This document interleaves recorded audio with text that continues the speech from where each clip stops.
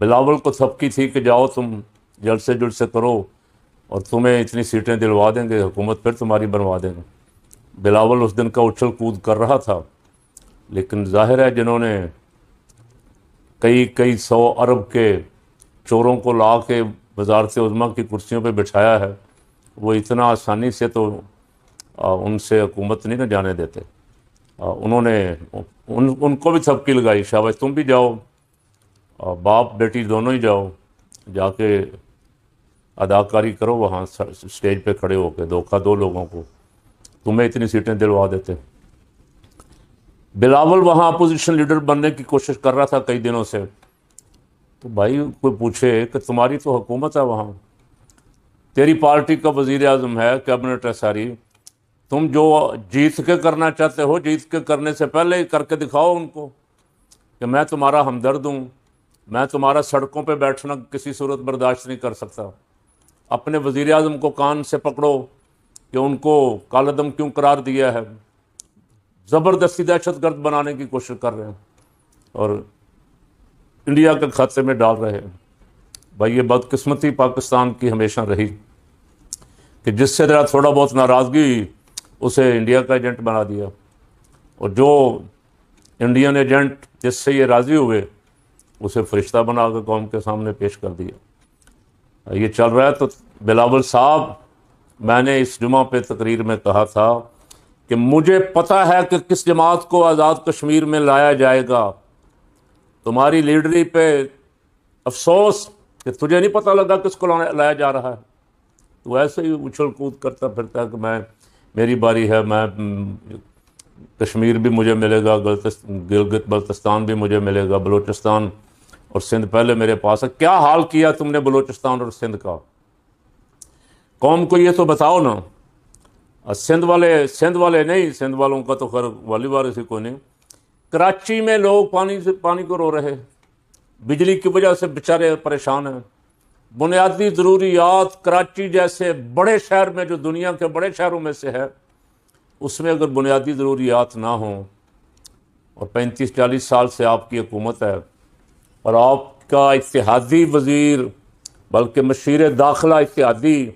جس کے اتحاد کی وجہ سے آپ صدر، گورنر اور 2 صوبوں کی لے کے بیٹھے ہوئے ہیں حکومتیں، وہ کہہ رہا 3000 ارب روپیہ بلاول کی پارٹی نے، حکومتوں نے، سندھ کی حکومتوں نے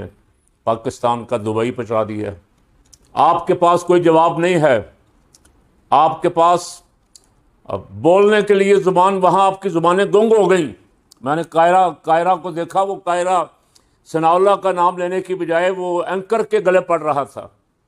کہ ثناء اللہ نے ایک دفعہ کہا ہے تم مجھے 4 دفعہ کہہ بیٹھے ہو کہ 3000 چوری، میں کیا کروں، ہو گیا تو کس منہ سے آپ عوام کے پاس دوبارہ سے بارہ جاتے ہیں؟ یہ رزلٹ کا پتہ تھا ہمیں، عام لوگوں کو بھی پتہ تھا کہ یہاں کن سے وعدہ ہے، گلگت بلتستان آپ کو، آزاد کشمیر ان کو، کن کو، جن سے عوام بے حد نفرت کرتے ہیں، جن کا کوئی امیدوار عوام میں جا نہیں سکتا تھا، ان کو رات سارا دن تو پولنگ سٹیشنوں پہ الو بولتے رہے، اور جو حامی بھی ہیں نا، جو کہتے ہیں کہ پولنگ ہوئی ہے، یا کچھ لوگ نکلے ہیں، وہ بھی 10-12% سے زیادہ نہیں مان رہے، وہ بھی کہتے ہیں کچھ لوگ نکلے ہیں، بلکہ کچھ لوگ تو پنجاب سے لے جائے 15 پتہ نہیں کتنے ہزار پولیس لے جائی گئی تھی، انہوں نے، پولیس والوں نے وہاں کیا کرنا تھا، ان سے یہی کام لینا تھا، ڈبے بھرنے کا۔ سارا دن سناٹا تھا، رات کو گنتی شروع ہو گئی، گنتی آ رہی ہے جی، فلان لیگ کا 5000 لے گیا ہے، دوسرے نمبر پہ پیپل پارٹی ہے، تیسرے نمبر پہ فلاں پارٹی، یہ چلتا رہا۔ یہ تماشا تو لوگوں کو پتہ تھا، کوئی ایک بھی بندہ نہ نکلتا کسی پولنگ اسٹیشن پہ بھی، رزلٹ تو آپ نے تیار کیا ہوا تھا، پھر بھی دینا ہی دینا تھا۔ اور قوم یہ تجربہ کر چکی ہے 8 فروری والے انتخابات میں کہ ووٹ نہ نکلے تب بھی آپ نکال لیتے ہیں، اگر ووٹ بہت زیادہ نکلے تب بھی آپ اسے اپنی مرضی کے ڈبے میں ڈال کے، اپنی مرضی کے 47 پہ لا کے اپنے من پسند لوگوں کو جتوا لیتے۔ اس پہ میں تبصرہ نہیں کرتا جو جاوید لطیف نے کہا کہ کیسے جتواتے ہیں، تھپکی بلاول کو بھی تھی، تھپکی ادھر بھی مریم کو بھی تھی، اور مریم سے کہا گیا تھا اپنے ڈیڈی کو لے کے آؤ ساتھ، 1-2 ڈرامے کرو، بس فیصلہ تو ہو ہی چکا ہے۔ یہ تمہیں دیں گے، آزاد کشمیر تمہیں دیں گے تاکہ تم عوام کے ساتھ جو کھلواڑ باقی رہ گیا ہے وہ کرو، کہ ہم نے یہ موٹر وے بنانا تھا۔ اچھا مزے کی بات یہ دیکھیں کہ یہاں کوئی صوبائی وزیر کسی الیکشن کے حلقے میں چلا جائے تو اس کو نوٹس، وہاں وزیر اعلیٰ پنجاب صاحبہ الیکشن کمپین کر رہی ہیں، جلسے سیاسی جلسوں میں شرکت کر رہی ہیں،